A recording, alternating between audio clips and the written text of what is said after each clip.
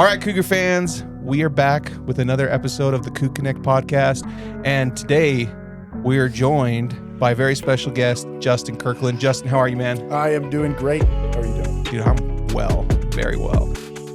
Super cool to have you in here. I think you're one of the more exciting things that happen this off season. We all get antsy like off season. We want cool things to happen, cool things to talk about. And I feel like you coming to BYU is one of those bigger things. Like, what are your thoughts on all that? Man, it's just so exciting this time in college football with transfer portals, all that, and just kind of NIL evening out playing teams, like quality of play and stuff like that. And so being able to spend 2 years at Oklahoma State and then have this opportunity to come home, play in front of friends and family, because it's just hard to get into Stillwater unless you really want to put in some effort. And so that was always on my mind. I got a lot of friends and family here. I grew up here, obviously. So then being able to come watch some games before hopefully, the next step and coming out on Saturdays. So, yeah, I'm excited to be here. Dude, while we're talking transfer portal, NIL, all that stuff, there was, don't say anything. You don't get yourself in trouble here too much. Why? I want to hear all about this because I was getting targeted like, oh,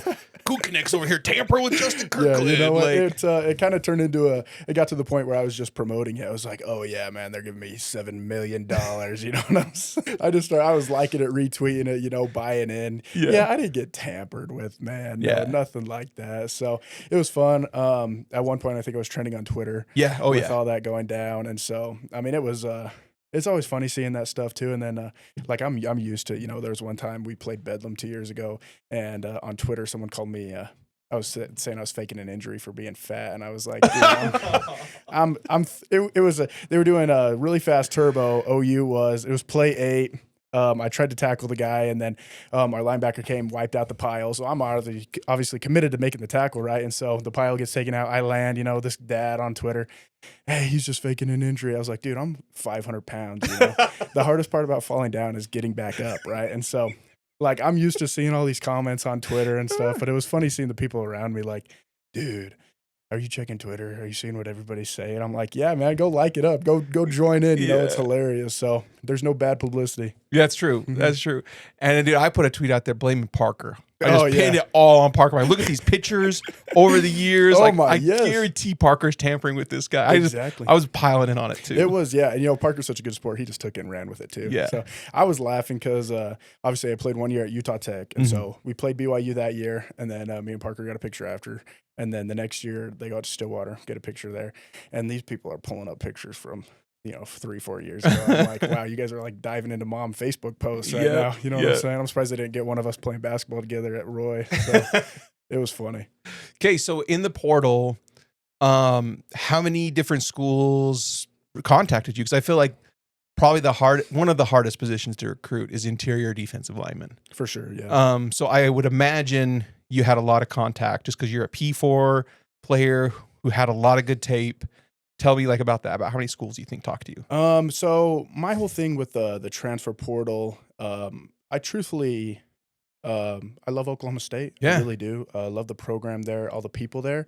And so I didn't get in the portal until 20 minutes till it closed. You know what I'm saying? And so that whole weekend I was kind of in the void of I'm in the portal, but everybody at Oklahoma State, the compliance offices, they weren't in.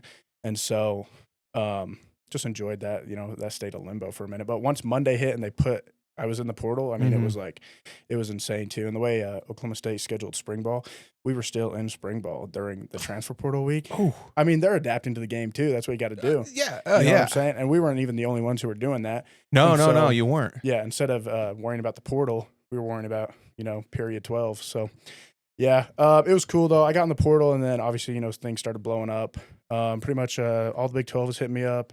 Miami was really hitting me up. Yeah. Ohio State for a minute. It was fun. I didn't really, like I said, though, I loved Oklahoma State. I didn't really get in the portal to go to a better situation. Yeah. It really was to come home and hang out. My senior year, I'm like, let's get some friends and family. So no, dude, that makes sense. Mm-hmm. That makes a lot of sense.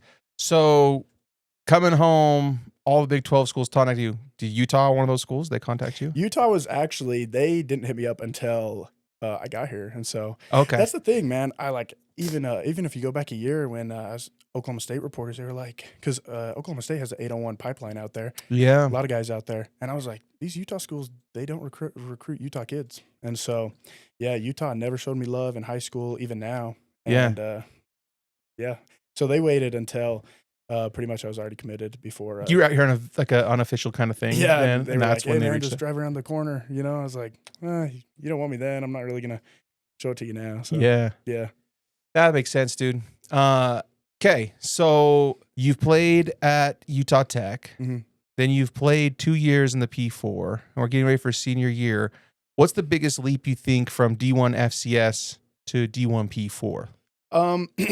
Honestly, athletes are everywhere, Yeah, and so I really think it's just bigger bodies. yeah, So like speed is going to be speed, but instead of your DBs, being 5'8", 180 pounds, now everybody's 6'1". yeah. Or at Or BYU, you're 6'2", 6'3". exactly, Like, like long, lanky dudes who can just fly, and so I think that's offensive lineman, defensive lineman. It just goes down to size. That's really it, because athletes are everywhere.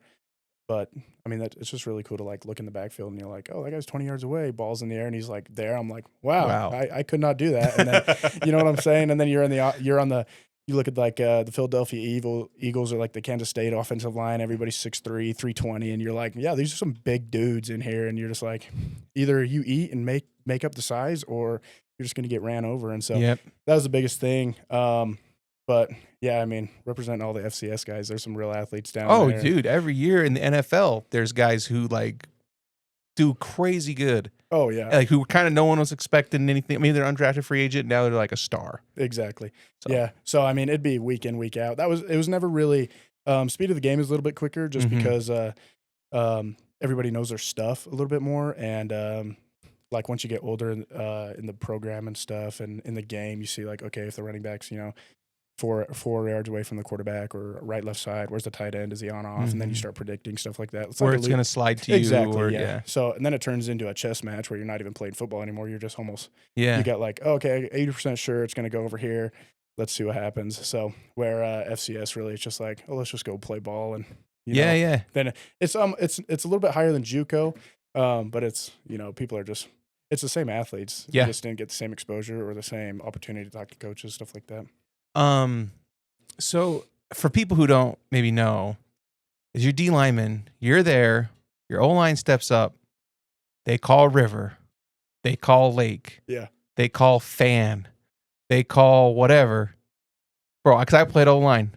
You guys all know what that is. Everybody knows what it is, man. Everybody knows what it is. And that's just the thing too. Like you genuinely see in college, even NFL, like people, it just turns into who's gonna I always tell myself like physically demoralize the other team, and so it really just turns into I know where you're gonna go, you know where I'm gonna go, who's gonna win. And so it's a chess match the whole game. You really see who's doing their conditioning in the fourth quarter, halftime, who's getting gas, stuff like that. And so I think that's really the fun part about football now is because especially when you have like, 9, 10, 11 dudes who are actually like really good at football and know what they got to do. And then you start helping each other, bouncing off each other. It's really just inches. Yeah. So Oh, yeah. it really is just inches. Yeah. I mean, we had like Trey and some other guys on here, and they're talking about how long they can ride a receiver on a route before they pass them off, or how this, like, and it's seriously, like you said, it's just very fine details of like what a really good pass off to somebody else in a zone is, or like that. It's like just little tiny differences. It really is. And those guys, I mean, kudos to them. They operate in space where like, I'm like, I used to have a coach who would say, I only coach you for your first 2 steps. Yeah. And And after that. Yeah, after that, it's you. Be a football player. You know what I'm saying? And so I could put you in the right gap. I can put you in the right scheme. But after that, and you got to go make something happen. So, yeah, those guys, yeah, kudos to them. They're in space. They see where the quarterback's looking. They got to play the eyes. Then you got, the quarterback trying to play people off, stuff like that. Me, I'm like, I got to beat this one guy, this 2 guys, this 3 guys. By that time, hopefully someone gets a sack or I'm, whatever. But jeez. Okay, so for people who maybe are unfamiliar with your game, what do you think your strengths are as an interior guy? Like, what is like, if people are like talking big about you about the game, they'll be like, oh, Justin Kirkland did this, or he went out and did this for us. Because not all the things interior guys do show up on the stat sheets necessarily. For sure. I think the biggest example of my game is someone like Nick Martin right now. Plays for the 49ers, just got drafted from Oklahoma State. 2 years ago when we went to the Big 12 championship, I don't know if it was the NCAA record, Oklahoma State record. Anyway, I think he had 150 total tackles. And so someone like me, where I'm 340 pounds, I'm not really I am athletic and I do move, but I'm not 290 pounds. I'm not an Aaron Donald. We have different strength, and so I would honestly, there's big shoes to fill, but like a Vince Wilfork type body. I'm just gonna, and if there's a play to be made, I'm gonna make the play. But yeah, if I can keep those linebackers free and they're running in, making tackles for loss, because they're the pretty guys too. The crowd wants to see from them. They don't really want to see. Yeah, bro. You know what I'm saying? Glory hogs. Exactly. Yeah. That's what they are. Yeah, they got the tight pants, whatever. I mean, I'm just in there with all the blood on me. Yeah. I always tell those guys, come in with donuts on Monday, man, and we'll be good. So yeah, I would really compare myself to that, just like just a power player. Yeah, and so for people who maybe are unfamiliar with that, a big part. I mean, I coached with a guy who played in the NFL for a long, long time. And as an interior D lineman, and he would always, his whole coaching thing was hit the man in front of you. Mm-hmm. But he's like, hit them, do not let them get to the second level, and then after that, like you said, kind of make a play. Let's get you in the right position, and don't let anything cross your face without hitting it. Exactly. Hit the guy in front of you. Why is that, for people who aren't familiar, why is that so important to disrupt those old linemen getting to the second level? Like, what does that do for the defense? Yeah, it just frees up those guys behind you. Those guys can cover the field. I mean, we got some real athletes in today's game of football. And, it's really, it's very complicated defense. Well, not complicated. It's really hard, but it's really simple. I mean, the offensive lineman, he can only go 4 ways: at you, left, right, or backwards, right? And then obviously you got double teams and schemes, whatever, pulling, whatever, but it's simple.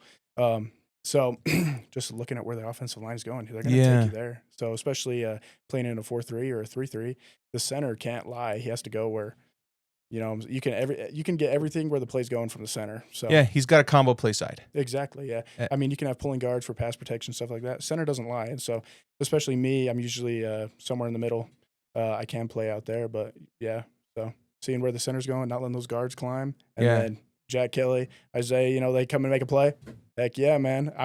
That's the thing too. I'm totally good not getting the credit because I mean, team sport. Exactly. Yeah. If we're winning games, go boys. Yeah. So, and it's not like the NFL scouts look at a stat sheet and are like, oh, our boy only had a tackle. Yeah. Or whatever. No, they're watching the film and they're seeing, oh, there's no comboing off this guy. Exactly. You know what I mean? Like, there's none of this. Like, no one's getting to those backers. Like, so it still helps you. Like, it doesn't it hurts you that the team's winning or the backers are getting the tackles. Like, your film is your film. Exactly. Yeah, and I think just in the NFL, I mean, the defensive ends run the world in the NFL. Linebackers, I mean, you never hear the B.J. Raji's, Vince Wilfork. I mean, they make their one or two plays a game, but they're not like a big spotlight guy. You know what I'm saying? Right. I mean, you got personalities and stuff, but yeah, if your linebackers, Clay Matthews, Brian Urlacher, if those guys are having success, that's because the front guys are doing their job. Yeah. So that's really, and I've really bought into that. I've got people always saying, you didn't make any plays, you don't have any tackles. Where's your stats, man? I'm like,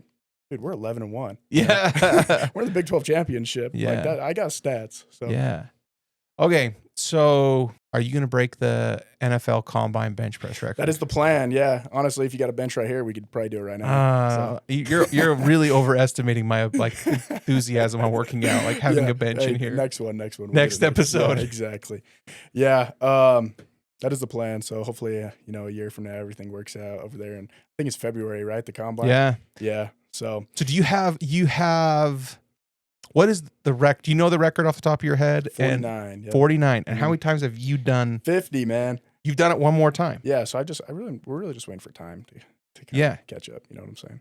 Dude, that's pretty sick. Yeah. I've been really hyping it up too and telling a lot of people I'm going to do it. So I really got to back it up when we get there. But yeah, you do. Yeah. I'm pretty confident in it. It's one of the, you got your specialties, and that's kind of one of mine. So just yeah. Being stupidly strong. Yeah, kind of. So yeah, I drink my chocolate milk. I have my protein, stuff like that. So my wife Barley, she makes really good dinners for me. So big and strong, grown boy, even at 23. So yeah, you undermined all my education at that camp we did, because I had told my son, I was like, hey, ask Justin how many grams of protein he eats in a day. Like, I eat a lot of ice cream, and my son's like, He didn't mention protein at all. That's the secret, man. That's the secret. It is so much, personally for me as a bigger dude, it is so much easier to turn dirty bulk muscle or just even fat mass, muscle mass, whatever, into muscle mass and just getting bigger. I'm not really a bland chicken and rice kind of guy. Yeah. I'm let's just eat and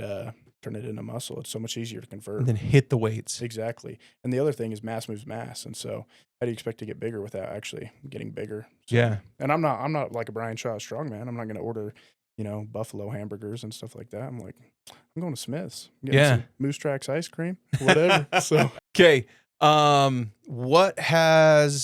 you've been Utah Tech, Oklahoma State, now BYU. And I'm not trying to disrespect Oklahoma State in any way. I'm a big fan, actually a big believer in Gundy. Mm-hmm. He's done it for pretty much as long as anybody. For sure. And he's had wild success in doing it.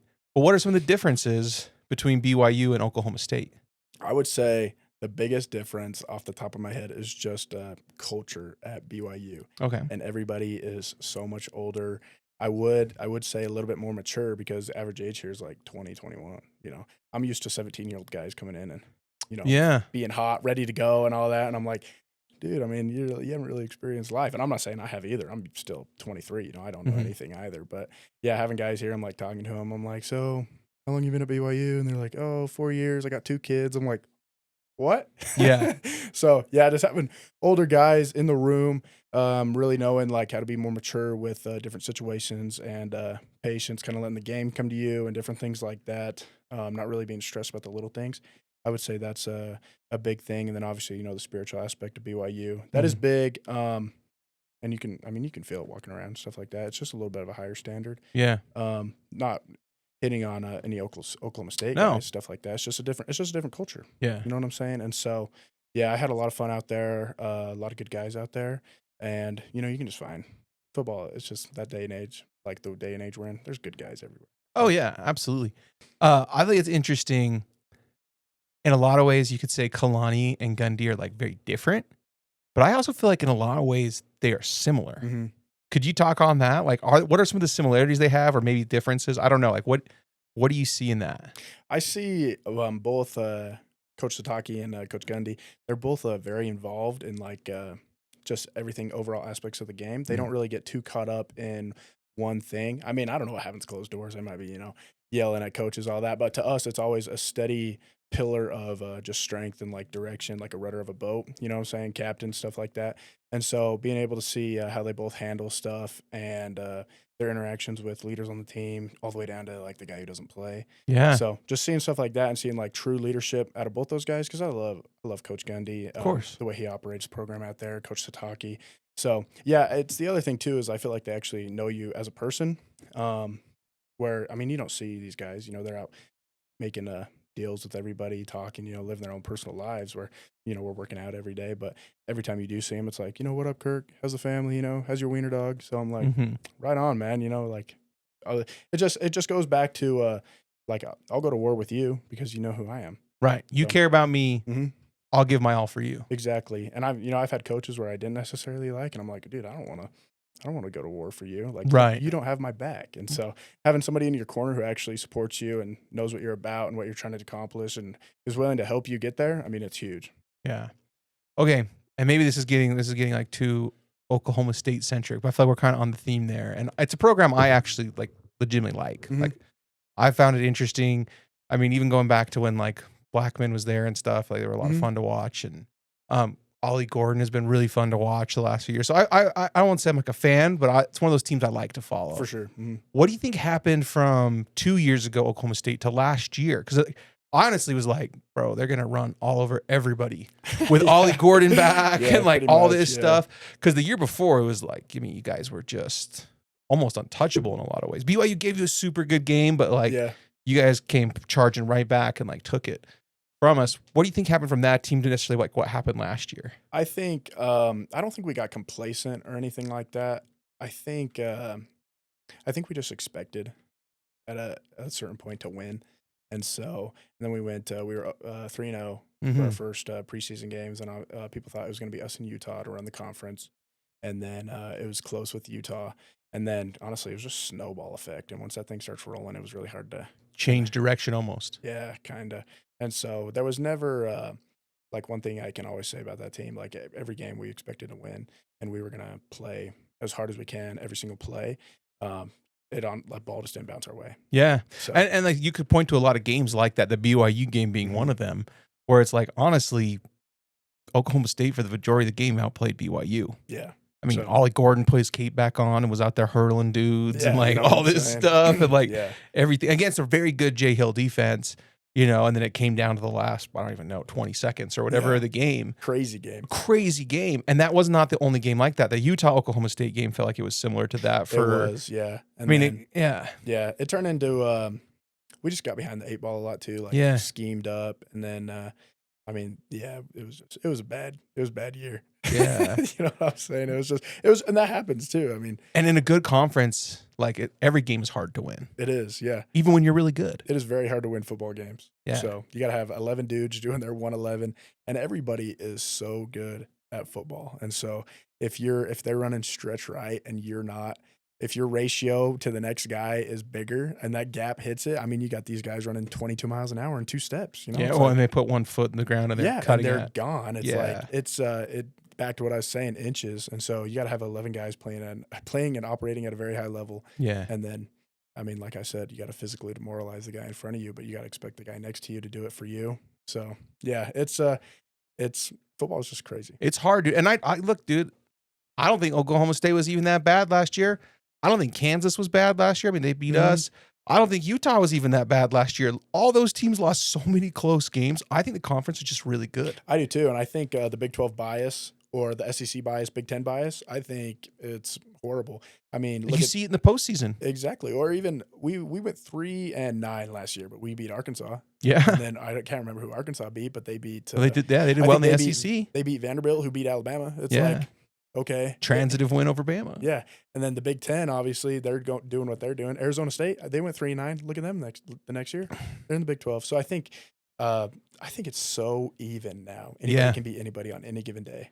Well, dude, speaking of like kind of your era, and you're the guy who's experienced this a lot, I have this theory that with the transfer portal and with NIL, it has taken the talent that may have been like kind of hoarded by a few schools Mhm. and really spread it out amongst all of college It really football. has. Mhm. And I feel like the playoffs this year were a good example of that, where I feel like there was a lot of really good teams, a lot of parity in the whole entire football, like the whole country. And I feel like it's because you can rebuild a roster quickly, or you can spread that star power out with NIL and transfer portal. Do you think that's accurate? Yeah, I think ultimately, my opinion, I am benefiting from NIL, so I do course. like it. But honestly, it kind of killed college football. It's changed it a lot. Yeah, that's a good word, changed. I'm actually a fan of it because I know guys who don't walk right Mhm. for the rest of their life, and they play college football. And other than I get it, they got a free education, they got Yeah, a scholarship, all that, they right? got Yeah, all that. very Stuff. Great, blessed. Yeah, but like they generated millions for ESPN. Very They true. generated millions for their university, for their conferences, for the bowl games, like Mhm. millions. But they're the ones who have CTE and won't remember their grandkids' names, or they're the ones who yeah. who are like limping for the rest of their life, can't go on a hike, with their family, and they have no money to show for it. So Very true. Yeah, I just think like these smaller Power 4 conferences, these smaller schools where they don't have the giant communities behind yeah, them, they're just slowly gonna dwindle out and die. And so, which is unfortunate. Yeah, and so it's and I feel like just going back to what I was saying with like I'm an older guy, and so I kind of understand like what college football is and what it means. And so I'm not like, my first question when I was in the portal wasn't how much are you going to give me? It's like, what scheme are we doing? What's your, how are you going to use me? I want to be in at least, 1 third down. I want to get 1 pass rush, I understand. And that's the other thing too. Like, I understand I'm not a pass rusher guy. So yeah, put the guys out, let the dogs go eat, but Yeah. give me a shot, throw me a bone Yeah. every once in a while. And so having that kind of aspect too, but yeah, I see like these 18-year-old kids coming in like, are you going to give me this? Or like all these Lamborghinis at the field. I'm like, that's not really what college football's about. And so I'm still kind of old school in that era. And I think coming from an FCS program where, we didn't get anything. Yeah. So like you know what I'm saying? At one point, we were thinking about live in a trailer park, and you know what I'm saying? Like, really kind of thugging it out, but to, be in this position and kind of benefit like that. And like you were saying, guys who generate all that money to be able to kind of have something in their pocket. Cause it is a very physical game. And I mean, you don't feel good, 365 days out of the year. So, and it's a full-time job. And so it is really cool to see those, the playing field get even like that. You don't have any juggernauts anymore, even besides the guys who are just paying for championships. Yep. They can get beat any given day too. Yep. And so it is cool to see that and the different dynamic, and then true colors are shown, man. Are you just in it for the money? You're in it for the love of the game? And then I've seen it. Yeah. So it's cool too, seeing even, you can have all the money in the world like Oregon, but you go on a bye week and you lose. Dude, or how about Florida State last year? Mm-hmm. Florida State put in a lot of money to rebuild that roster. And then, I mean, they win like 3 games, or something. Crazy was that? And they put in a lot, and they had dudes. Mm-hmm. They had dudes, and they had money, and like, so you got to have a culture to back it. Yeah, I mean, the flip flop too, I think, is like really crazy. We went to the Big 12 championship, obviously, then we go 3-9. Arizona State goes 3-9, and now look at them. And then Florida State, like you said, they were doing really well, and now they lost everything too. And so it's either like major success or there's just not a lot of even killed teams anymore. Yeah, there's not much margin for error. Yeah. Like if you're off or like whatever's off, like you'll get beat because there's talent everywhere now. Like good talent. And I feel like recently they made a change where it's not unlimited coaches, but you can have more eyes on the field, stuff like that. And so like recruiting, there's no, like, it's out there. If you got film, they're going to find you. And I think like that is actually really true now. I didn't agree They've with said that for a long, long time, but it hasn't always been true. But that was never true. And now with all the social medias and different video and stuff like that, like they'll actually find you. And so I think like the whole star rating, I don't even know what I am, but it's like, it doesn't matter. This guy, this is what he does. This is what he can do. Who cares what this guy's opinion is? We're going to get him. And then, you got the 5 stars who are bust, the 1 star who's in the NFL now, whatever, so it's just, it completely is just like you were saying, the margin of error for everybody is just so much smaller. Yeah. Oh, dude, that's cool, man. Dude, I appreciate you coming on the podcast. I'd like to make this a more regular thing. Yeah, me too, man. Whether it's like you and I, or we get your own thing going, I don't care. But like, I think fans want to get some updates in the season too. I agree. You know what, fans? If you want to see more of stuff like this, comment for it. There you go.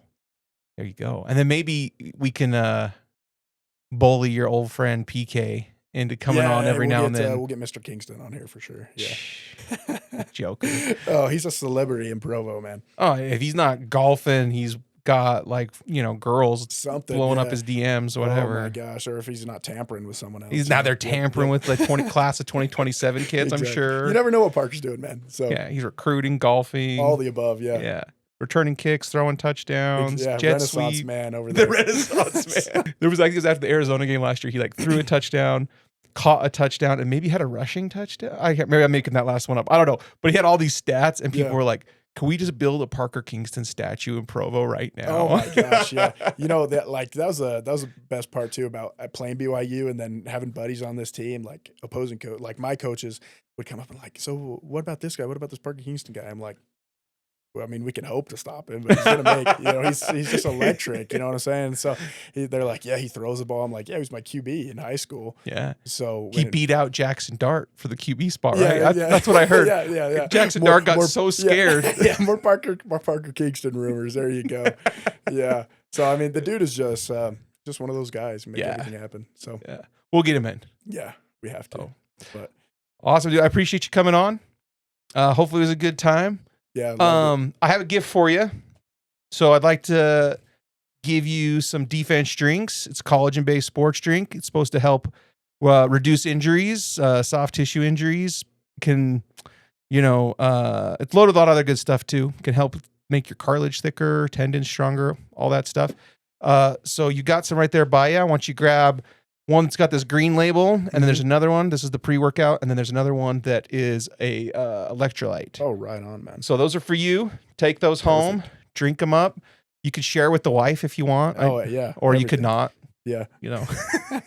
Yeah, thank you, man. I appreciate it. You're welcome, man. And then we'll get you on again soon. How's that sound? Love it. Yeah, thanks for having me. I really had fun. Appreciate it. Thank you, Cougar Nation. We had a bunch of new people subscribe over the last month, but I still think it's like 60% of you who watch these haven't subscribed yet. So do us a favor, hit that subscribe, and we'll catch y'all next time. Go Cougs. Go Cougs.